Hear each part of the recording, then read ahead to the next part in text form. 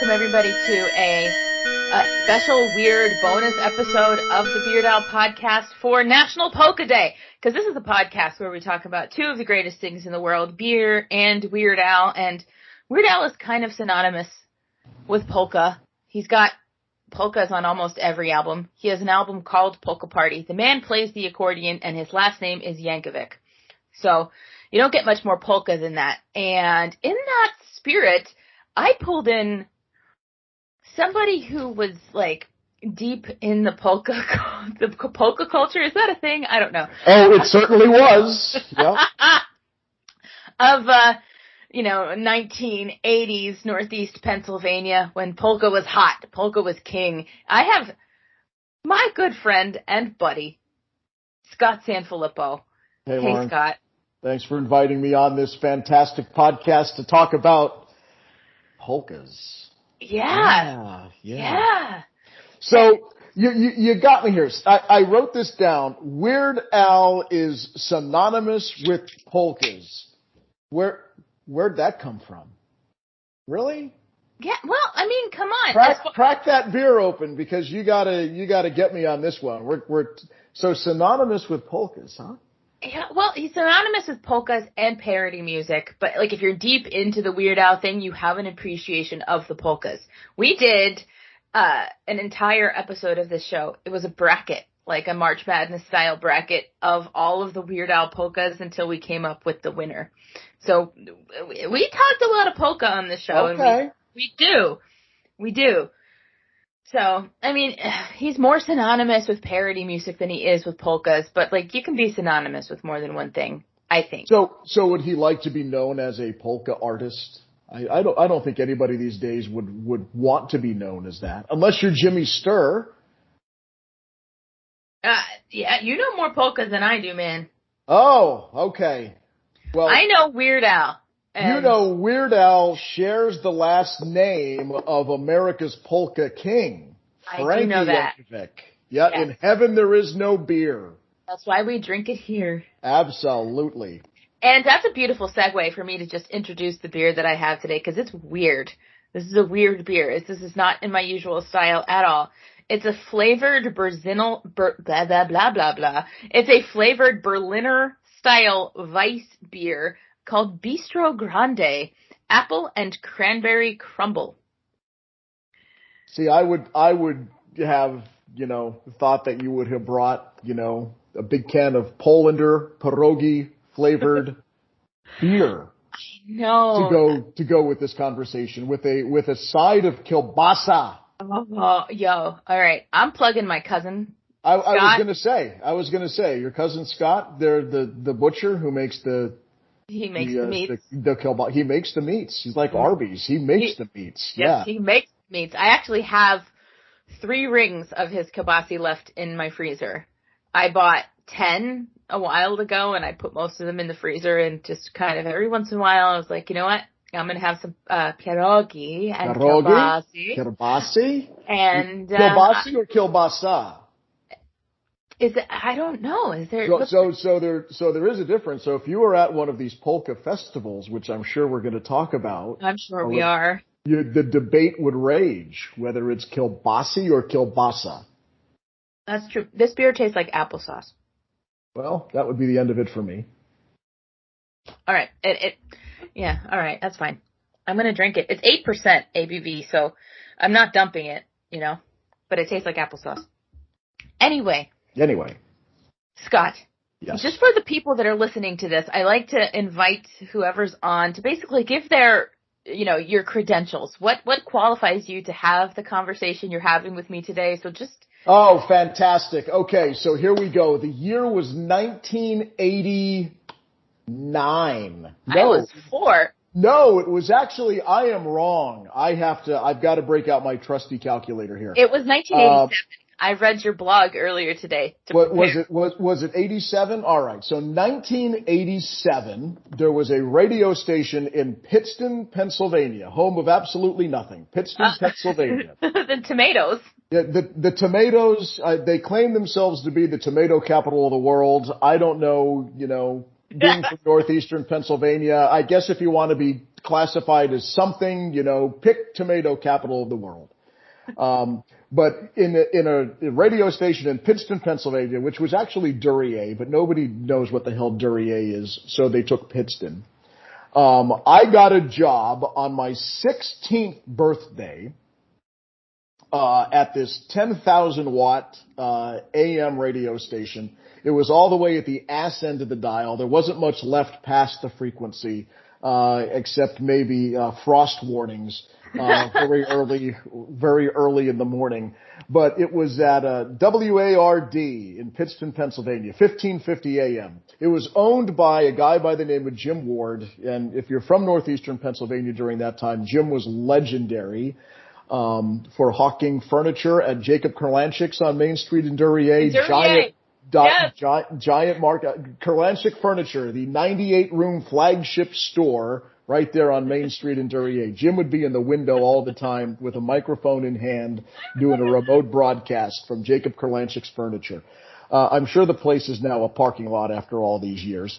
But I got a job there at that radio station where on Friday nights, they simulcasted WNEP's news at 6 o'clock, and then at 6:30, they were talk radio during the day, and at 6:30 on Friday night, we kicked off what was called the WARD Polka Weekend. Yeah.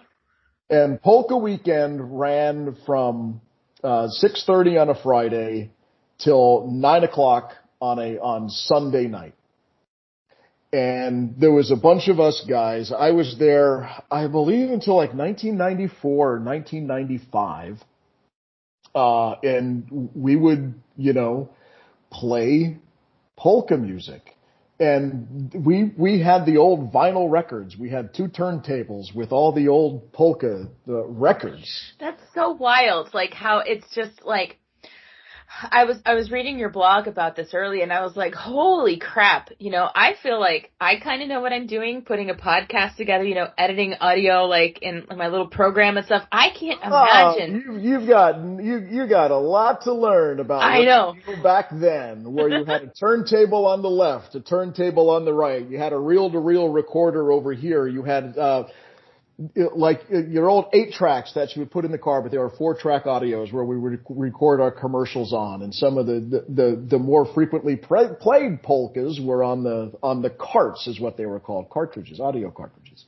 When we had to do stuff and, make recordings, we would be in the production room with the tape and splicing tape together and all that stuff. Now all these guys got to do, they come in there, hit a couple buttons on the computer and you're good to go. They probably wouldn't even know how to queue up a record if their life depended on it. But we were queuing up polka records.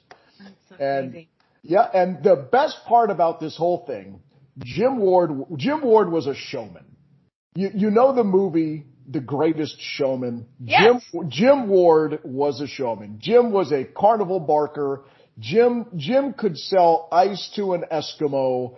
I mean, this guy was way ahead of his time. And he came up with the idea that before we played a record, we had to get somebody to call in and request the next song. Oh. So we play, here we go, Stanky and the Coal Miners. We're going to be playing, Stanky and the Coal Miners. Stanky and the Coal Miners. We're going to play Mamushka, Mamushka, Where's Your Babushka polka up next. And, all right, call it. I still remember the phone numbers, 826-1500, 343-1776. Whoever has those numbers now, if they're listening to the podcast, those are our request lines. Oh my God, somebody call it. Tell me what's there now. Yep. And the funny part is 826-1500 was our Wilkes-Barre line. 825-1500, and I believe it still is today, is the number for the Luzerne County Courthouse. Oh my God. So sometimes the courthouse would be getting requests for a polka on a Sunday. But we would play a record, then, hey, let's see who we have on the line right now. Oh my God, it's Stella from Pittston. Stella, how are you today? And Stella would go on and she would tell us about her herniated disc and, everything. Because at that point we were catering to shut-ins. We were catering. You weren't dealing with, the people who were listening to KRZ, the top 40 station at the time. You're dealing with the older population of northeastern Pennsylvania, the Polish community, who loved this music. It was part of their heritage. It was part of their growing up, whether they were from Pennsylvania or, from Poland. So they were up in age. And they would call in and they would request their favorite polka, their favorite czardash, their favorite waltz. And Stella, we would talk to Stella, and Stella would tell us about her bunions, and Stella would tell us about her grandchildren. Stella's one grandson had a birthday every weekend, and she would call in to wish her grandson, Stanislaus, a happy birthday every weekend. With all the birthdays that grandson Stanislaus had, he was probably 3,482 years old. But, this is what they loved to do. They would call us in and they would request the birthday song for Stanislaus was the same one they requested every week. And there's only so many times you can play Jolly Joe and the Bavarians, the chicken dance. Oh my God, Jolly Joe and the Bavarians. You're just saying things that make sense in my brain. I remember Stanky and the Coal Miners. They played it at the first bazaar I went to. Oh, I've got stories about bazaars. I bet you do. We'll get to the bazaars. But this is what we would do. So Stella would call in and she would, request her next song. I'd spin the next record. I'd get the song that Stella wanted to hear for the grandson. We'd be playing the chicken dance for the 48th time, that day. And, we move on to the next caller. And who is it now? Well, it's, Phil from Scranton. And, we're talking to Phil, and Phil's got his birthday wishes and all that stuff. You know what? It was a lot of fun. Everybody loved it. We were, every weekend, we were the number one station on weekends listening to polka, because we had such an audience for, polka music back then. It was also a time when, WARM was quite popular. Mm. We beat Warm out on the weekends during some times in certain age groups, but it was just a hell of a time. And, I don't think anybody plays polkas on the radio anymore, but polkas and beer. So they go together like spaghetti and meatballs. So you're talking about bazaars and firemen's picnics and all that stuff. So in addition to being in the studio, for every Friday night, Saturday, and Sunday for Polka Weekend, I would be the lucky guy who would get sent out to do the remote broadcasts during the summer. Oh, fun. Yeah, because the bazaars are all over the place in Northeast PA in the summertime. Yep. And what does every bazaar have? Every bazaar has a polka band and a beer tent. Yep, that's all you need. Polka band and a beer tent. So Friday night, I usually did one. We're doing the live broadcast from the church or the fire company or the block party. I remember these block parties, where they would just shut down streets in the city. And, people would come up to me. We got the sign up. We didn't have a vehicle. So you just threw all this crap in the trunk of your car and off you went. So we didn't have a station vehicle. We didn't have nothing. So here I am. I'm walking around with this big ass antenna, an old suitcase that looked like I just, came off the truck from Jersey, and a transmitter. And I'm walking to these places, setting up, trying to find a spot to plug this thing into to get power.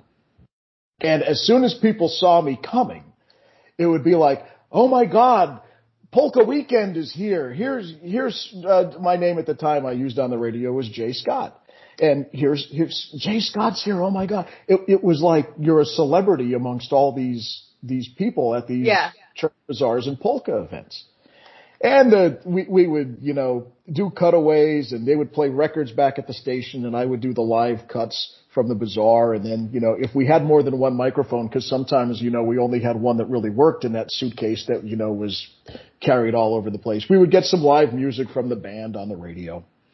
But after about 2 hours with the polkas going and the beer tent keeping the gibbons flowing as well, people were really feeling good. They were really feeling good. Gibbons was a sponsor of the Polka Weekend there for a while, so it was known for a bit as the Gibbons Polka Weekend. Gibbons beer. If you ever had Gibbons beer, you never would a second time.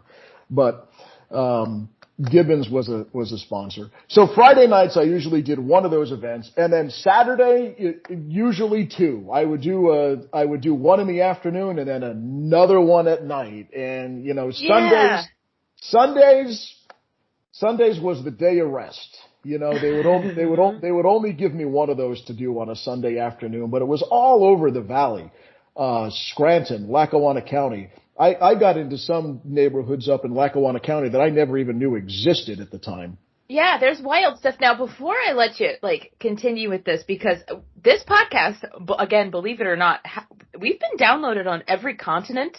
Interesting. So, there's a lot of people that aren't going to know, what a bazaar is. A bazaar. Okay, well, they know what a beer tent is. So it's a tent where you drink beer. It's a tent where you drink beer. And, there's other tents where you buy food. And instant bingo! I was going to say, the instant bingo tickets, where I was never a winner, but if I was, it was for 50 cents, and then you go and get 2 more tickets and you don't win. I think all the priests at the church knew what ones were the winners, and they just kept them for themselves. So they never had to pay out, yeah. But it was just food and beer and ways to blow money winning, trying to win cheap prizes. Yeah, and they were all, the bazaars anyway, were all run by the different Catholic churches around, because you have the St. Nicholas Bazaar, the St. Aloysius Bazaar, the St. Ignatius Bazaar, Saint this, Saint that, all over the valley, and all different ethnicities. Yep. But they all had just like a traffic report, that you hear on the radio these days, right now the line for the potato pancake stand is about 20 minutes, but the line for the beer tent, folks, we got 8 taps going right now, and there's no line for the beer tent, but there is about a 20-minute line for the potato pancakes. Yeah, so get your beer and you're going to get your carbs one way or another. It's just, do you want to enjoy them or do you want them to be greasy? Yeah, but these bazaars and festivals, they would have 3, 4, 5 polka bands and maybe 1 rock band booked for the 3 days. But it was 40-pound head, right? 40-pound head. Strawberry Jam was another one. I think Strawberry Jam, they're so cool. John and Terry are awesome dudes. Are they still around? Yeah.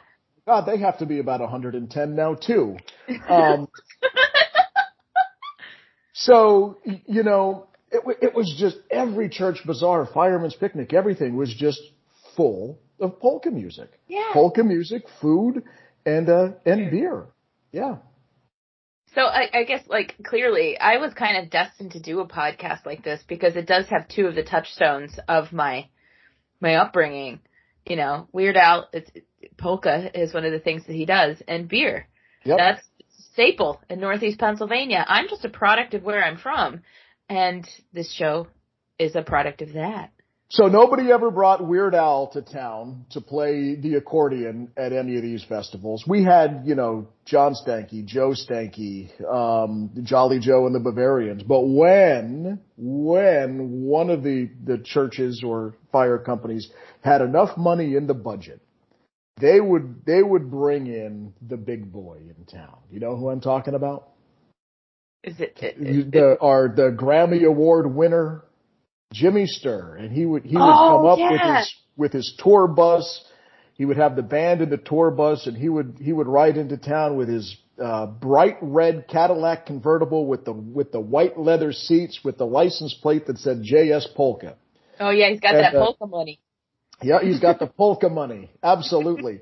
And, Jimmy would draw these people in like you have never seen. That was where the money was at. They pay him a ton of money and they would get all these people in to see Jimmy Sturr. Because the only time you really ever saw Jimmy Sturr in northeastern Pennsylvania was when he would do the Christmas show over at the FM Kirby Center. Uh-huh. He would do the Christmas show, and I emceed over there for him for a couple of years, opening up his act, and he would bring in people like Myron Florin. I met Myron Florin a couple of times, and Bill Anderson. If you're a country music fan, Bill Anderson, Grand Ole Opry.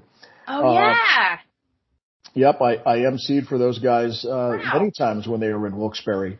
But that's where the money was. You bring in a big name like Jimmy Sturr, and you would get people coming from all over Pennsylvania, New York, New Jersey. They would just flock to these places to see Jimmy Sturr. Instead of, you got your local bands like the Krieger Brothers and the Polka Naturals and all these other ones, but the big name that they would all bring in would be Jimmy Sturr.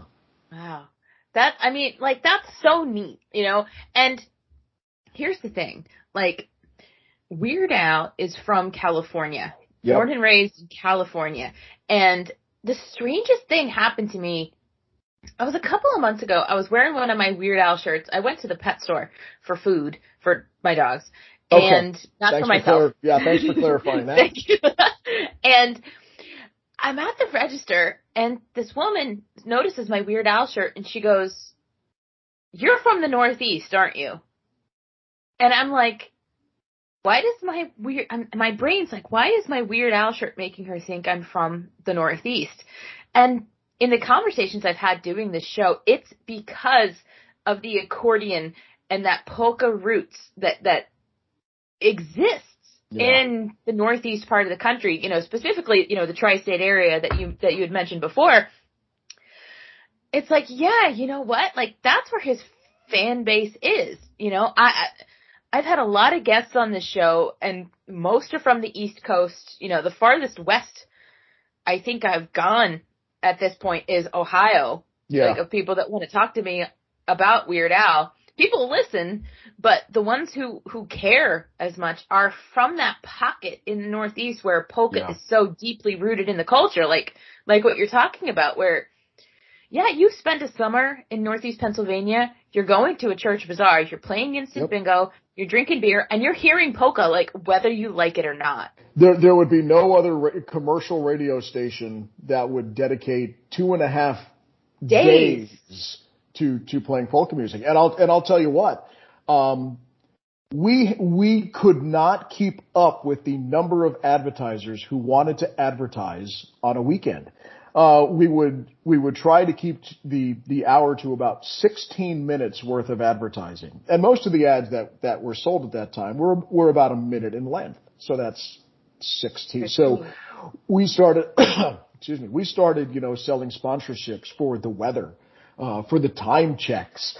We started selling 15-second commercials, all to get these advertisers' messengers out, because they all wanted to be a part of this phenomenon called Polka Weekend, because people who saw that your business was supporting their form of music that they wanted to hear every weekend, they're gonna support them.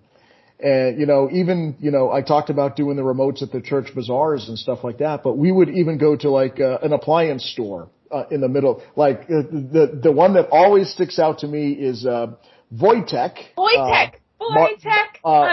Mark and Dave Wojtek were big supporters of, WARD and Polka Weekend. And on Wyoming Avenue, right? On Wyoming Avenue. Yeah. I think it's, 6-8, correct me if I'm wrong, but because I did many a remote broadcast from Wojtek's at 683 Wyoming Avenue in Kingston. And they would do their factory sale where they would bring in their factory reps and they would discount stuff, and we would be in the front window of Wojtek's on a Sunday morning at 9:00, for their factory sale, and the polkas would be playing in the middle of Wojtek's store. And I remember I'm there doing a broadcast the one morning. Jim Ward was there. He started it, and then he was a very religious person as well. So Sunday morning, and he was an Irishman. So, he was Irish, and he always told the story that his father was a poor Irish milkman. There one morning, and he's like, "Hey, I'm gonna run to church. I'll be back in an hour. Take over for me." So I did the broadcast for the hour while he went to church. Then I drove back up to the station in Pittston to do the rest of the show up there. But during that 1 hour, I look and I'm seeing all these people coming in the doors, and here comes my mother and father. I thought they were here to see me doing this remote broadcast. They were there to buy a microwave oven. It was the first. It was around that time where microwave ovens were becoming popular. They bought a Amana radar range, which probably cost back then about $800. And it was the size of a small refrigerator, and you could put 2 children in it, I think. If you fit them in there just right.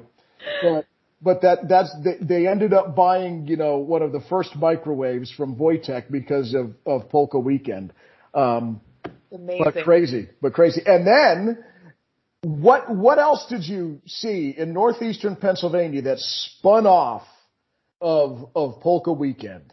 Think about, the PBS affiliate up there, WVIA, Channel 44. What did they start doing?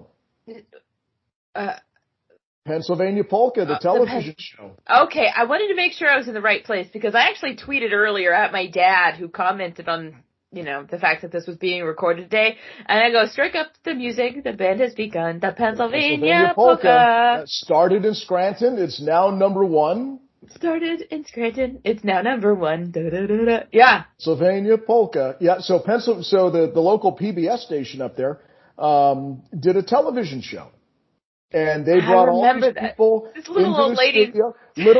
And it was the same 50 little old ladies who showed up. I hate to say that because we have to be inclusive. Little old ladies and little old men. Okay. And they, and they would show up to the studio for taping. And, it was the same 50 people who showed up for every taping. And, they would put these things in reruns, and I swear to God, they probably still rerun the same ones. And, years after I left and went on to do, bigger, I was going to say smaller and lesser things than be a polka disc jockey. When I went on to do bigger and better things than spin polka records, I would still see these reruns, and I'd be watching them on TV, and I'd be like, oh my God, I remember her. I remember him. Yeah, I remember, when I did that broadcast from the Mayfair Supper Club on Route 315 in Wilkesburg, when John Stanky was playing there in the afternoon. Man, then, a couple of years later, oh, she's dead, he's dead, she's dead. Yeah. Oh my God, I'm counting and I'm looking, they're all dead. They're all but dead. They're still running because people still love to watch them dance on TV and listen to the music. Hey, I've got nothing against polka. Polka music we always used to say, polka music is happy music. It really is. It truly is. You put a polka on, you can throw your Prozac away. It's just a real happy music. It gets your blood pumping. It gets you want to get up there and dance. And as soon as, these bands started playing at these events, the concrete and the pavement, whether it was cracked, dirt floor, whatever, they would be out there and they would just be dancing. People of all ages. It really brought them together.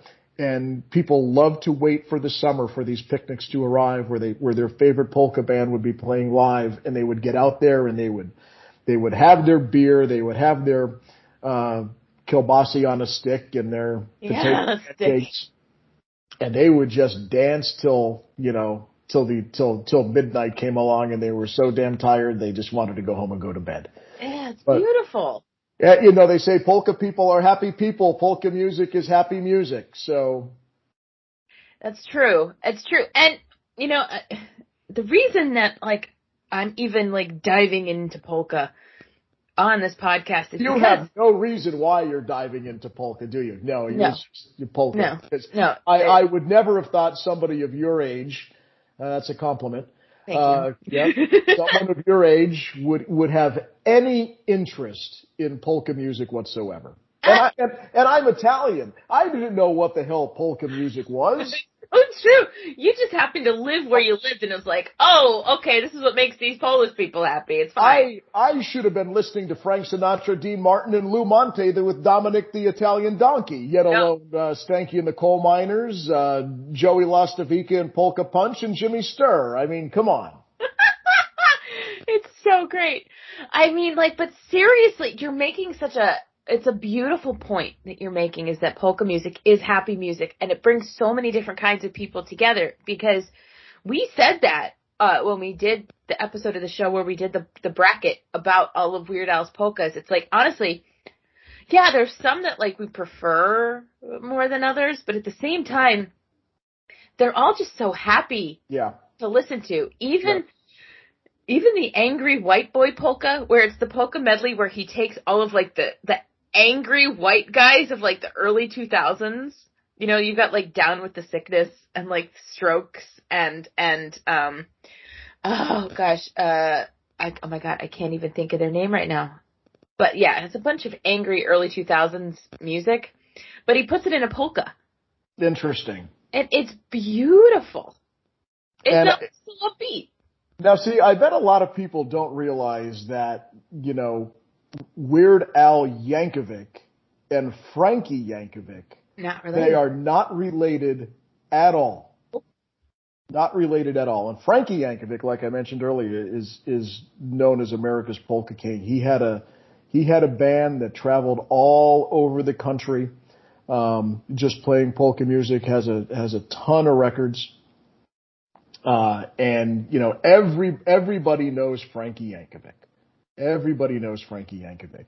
And you know, you hear Weird Al Yankovic, and the first thing you hear, Weird Al's playing a polka. Oh yeah, his father or his grandfather was that guy with the accordion, right? Nope, not related at all. Not at all. Related at all. Nope. So it's just the how many degrees of Kevin Bacon? Yeah, at least. Just the last name. Yeah. It's one of those beautiful like coincidences, you know, in the world. But let's see, Weird Al got his first accordion because there was a door-to-door salesman going around selling musical instruments. He was selling accordions and he was selling guitars.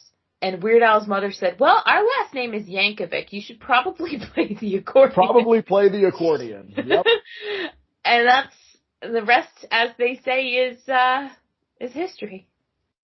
Good thing he wasn't selling the drums. No, that's what. I don't know what would be worse though, a kid playing the drums or a kid playing the accordion. Bagpipes are the no-go for me. Yeah, that's a lot of coordination with bagpipes, because you blow and then you hit the keys later, and that doesn't make sense in my brain how bagpipes work. I feel like if I tried, I could probably play the accordion, because I play keyboards and like organ and stuff, and so some of it could make sense, but then you have the whole like squeeze box portion of it. Yeah. I'm not sure how that all works out. It's a very complicated. It's a complicated instrument. So if you could master it, you're good. You're good. Yeah, you're gold for whatever, you know, for whatever that's worth. You could pick up a gig at the retirement home on a Wednesday afternoon for dinner at about 3:00. Yep. Exactly. Yeah, hit up any VFW, you know, American Legion type place, and it's a beautiful thing. So whip out your accordion. Here we go. Rastva. Here we go. Here we go. Yeah. And polka, again, like whether I realized it or not, was such a part of my growing up. Yeah. You know, because of where I grew up. And I kind of forget when I'm talking to people about Weird Al and all this and the other, that I kind of have to explain what the polka medleys are to people sometimes on these Weird Al albums. They're like, oh, and then there was that like weird like medley of pop songs that I knew. I was like, yeah, that's the polka. That's the polka. Like, that's the polka.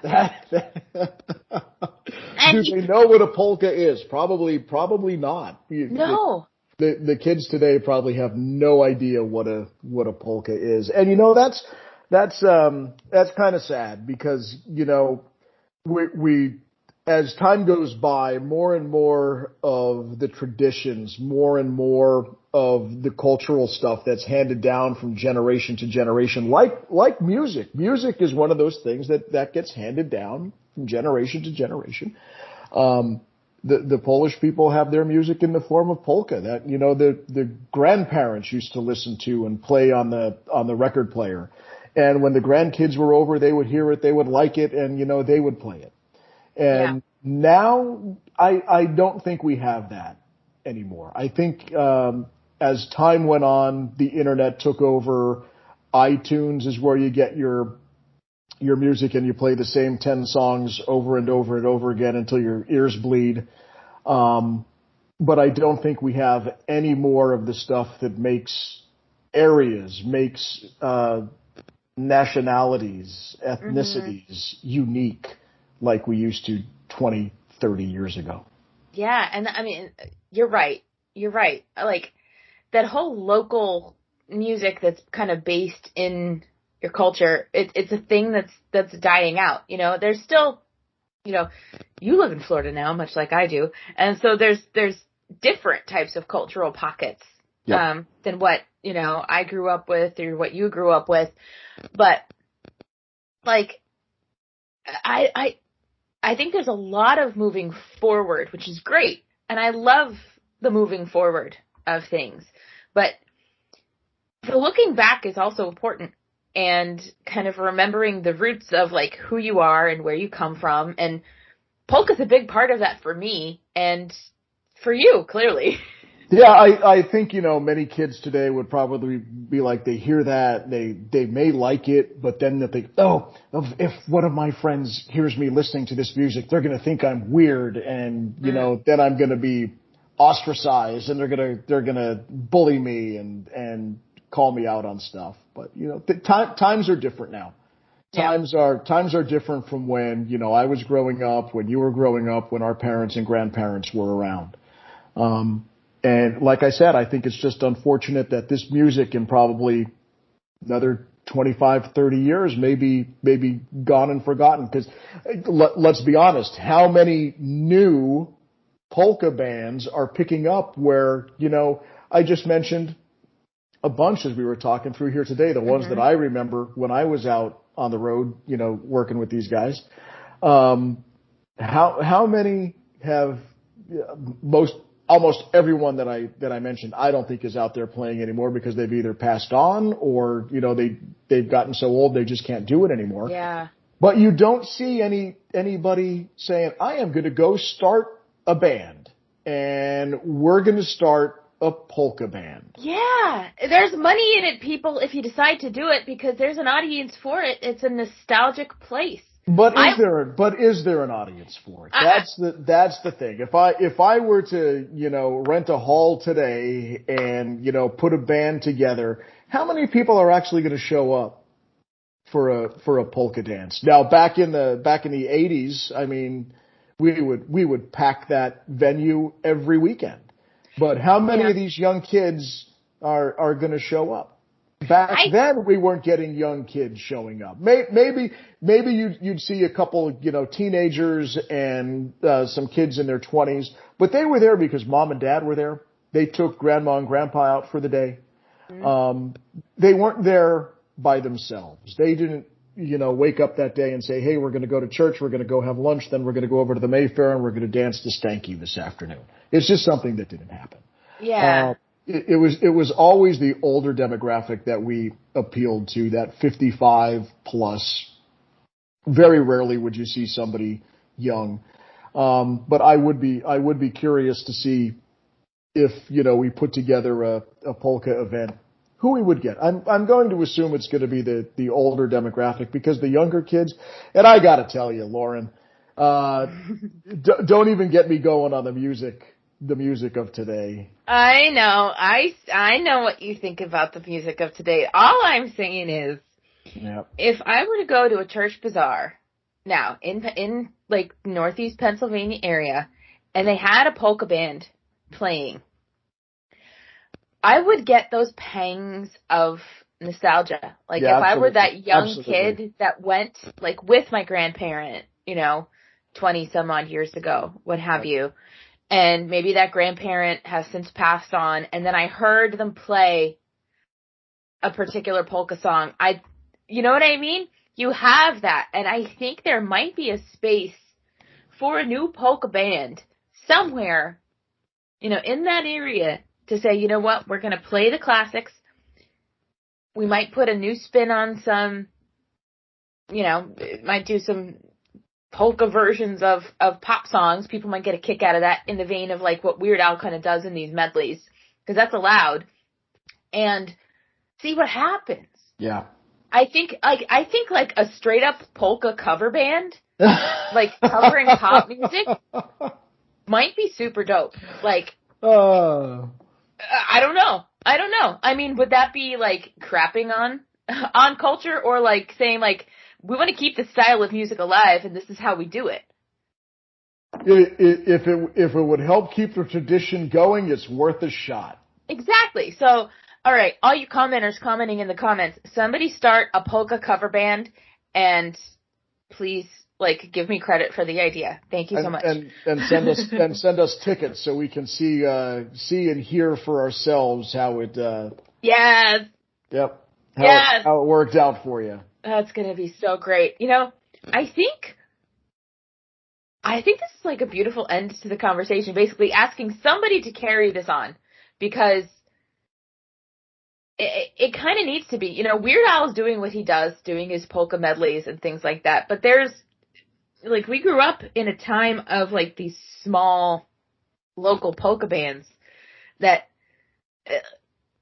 there's something special, and somebody needs to do it again. Yep. So, yep. Scott, I want to thank you for giving me the first evening of your birthday staycation. Oh, yes, the birthday staycation. Yes. So I appreciate you giving me some of your time to talk polka with me. Again, as people are hearing this episode, it is National Polka Day, August 9th. So that's when people are listening to this. This is not even a day I usually drop episodes, but it's National Polka Day, and I had to put an episode out on this day. So I appreciate you. Celebrate by listening to some polka music. Yeah, like, Google some of the things that Scott mentioned earlier in the episode, you know, Stanky and the Coal Miners, like, all that. Like, go back, listen to this episode again, and write things down, and then find them. Listen to them. I'm sure there's some really bad footage on YouTube somewhere. And remember, no bazaar is a good bazaar unless it has polkas and beer. Exactly. Polkas and beer. And, on that note, Scott, I'm putting a pin in this episode, and I want to thank you once again for being here. This has been wonderful. You're welcome. It's been a pleasure. And, all right, you know, thank you for listening to this very special, not a Friday edition of the Beard Al podcast, and stay tuned as we wrap up the week surrounding National Polka Day, because this Friday, you will hear me talk to a very special guest about Weird Al's 1986 album, Polka Party. All right, we'll come at you again next time, people. Bye!